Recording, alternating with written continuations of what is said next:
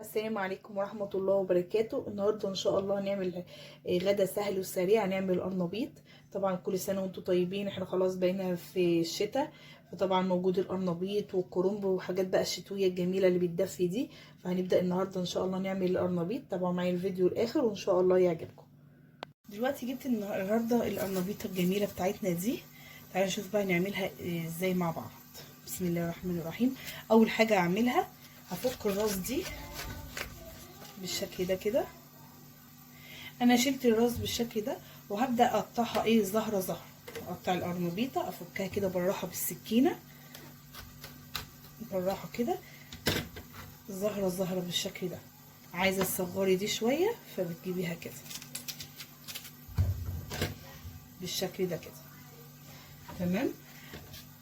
انا هكمل بقيه فك القرنبيط، افكها كلها. بسم الله الرحمن الرحيم بالشكل ده. انا كده فكيت القرنبيط بالشكل ده. هشطفها بقى كويس جدا القرنبيطه عشان الحاجات السمرة اللي فيها. انا كده غسلت اهو القرنبيط بقى بالشكل ده نضف، وحطيته على مصفى عشان اي ميه تنزل في الصينيه اللي تحته. هاجي هنا حطيت حله على النار، حطيت فيها ميه لحد ما غليت. احط فيها معلقه كمون ومعلقه ملح، وهنزل بقى بالقرنبيط. بسم الله الرحمن الرحيم بالشكل ده.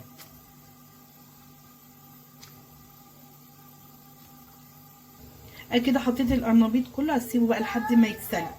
القرنبيط خلاص استوى، هو اتسلق بالشكل ده.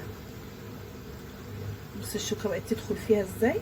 انا كده هطفي عليه واطلعه احطه في مصفى بقى ينزل عشان لو في اي ميه زياده ويبرد فيها. هجيب دلوقتي طبقين، كل طبق هحط فيه كوبايه دقيق. بسم الله الرحمن الرحيم بالشكل ده. الطبق كمان هنا كوبايه دقيق. انا زودت الدقيق شويه، يعني كوبايتين كده الا ربع، علشان حجم القرنبيطه كبيره شويه. تمام. عايز طبعا تصغري براحتك، لو انت هتعملي نص الكميه يبقى اكيد حطيت في كل طبق كوبايتين الا ربع دقيق او كوبايتين دقيق. كل طبق حطينا فيه كوبايتين دقيق، وكل طبق هحط فيه معلقه كبيره نشا بالشكل ده، وكل طبق هحط فيه معلقه صغيره كده بيكنج باودر. هحط بقى التوابل. ملح، هنا كمان ملح، فلفل اسمر، فلفل اسمر، كمون، شطه، كزبره، وهنا بردك شطه وكزبره وكمون. هقلب بقى الخليط ده كده. بسم الله الرحمن الرحيم. هحطه على جنب وهقلب بردك الخليط ده كده. هحط فيه بقدونس وكزبره، شويه بقدونس كده وكزبره، واقلبهم. وحطيت كمان طماطميه قطعتها صغير، ممكن تستغني عن خطوه الطماطم دي، وممكن لو انت مش عايزه خضره تستغني عن خطوه الخضره. هحط بقى بيضايه واحده،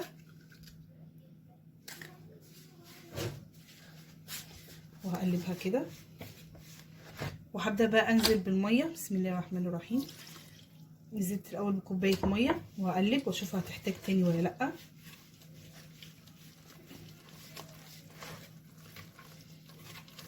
شكلها هتحتاج شويه ميه كمان.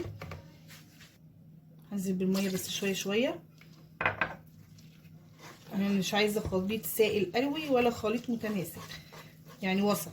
هنشوفه دلوقتي كده مع بعض. هقلب كويس جدا. بس كده انا عايزه الخليط يبقى بالشكل ده بالسمك ده.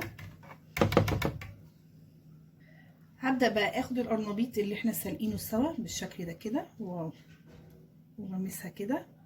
ممكن تستخدم الشوكه بالشكل ده، واروح مطلعاها. بسم الله الرحمن الرحيم. وانزل في الدقيق اللي هو الناشف بالشكل ده، ونفضه كده عشان اي زياده في الدقيق تنزل.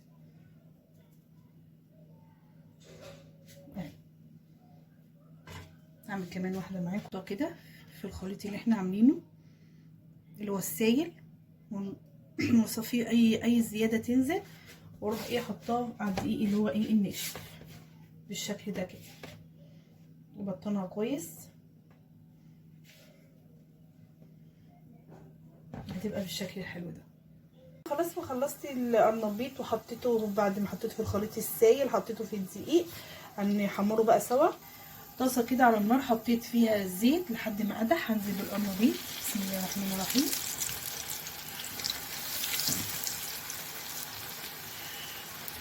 نزلت بالقرنبيط هسيبه بقى لحد ما يتحمر واقلبه ايه على الوش التاني وهكذا. هطلع القرنبيط يتحمر بالشكل الجميل بتاعنا ده. عايزه تسيبيه شويه كمان تسيبيه، عايزه تشيليه دلوقتي شيليه، بس هو دلوقتي يعني ايه خلاص كده التحمير ده حلو قوي كده. خلاص حمرت كل القرنبيط بالشكل ده، شايفين صوته ومستوي جوه لان احنا سالقينه زي كنتاكي كده، خلطته ناشفه عشان كده احنا حطينا النشا والبيكنج باودر. فتحت معاكم واحده اهيت مستوي خالص من جوه لان احنا سالقينه قبل ما نحمره. وبكده وصلنا لاخر الفيديو، وكانت معكم ايمان هلال، والسلام عليكم ورحمه الله وبركاته.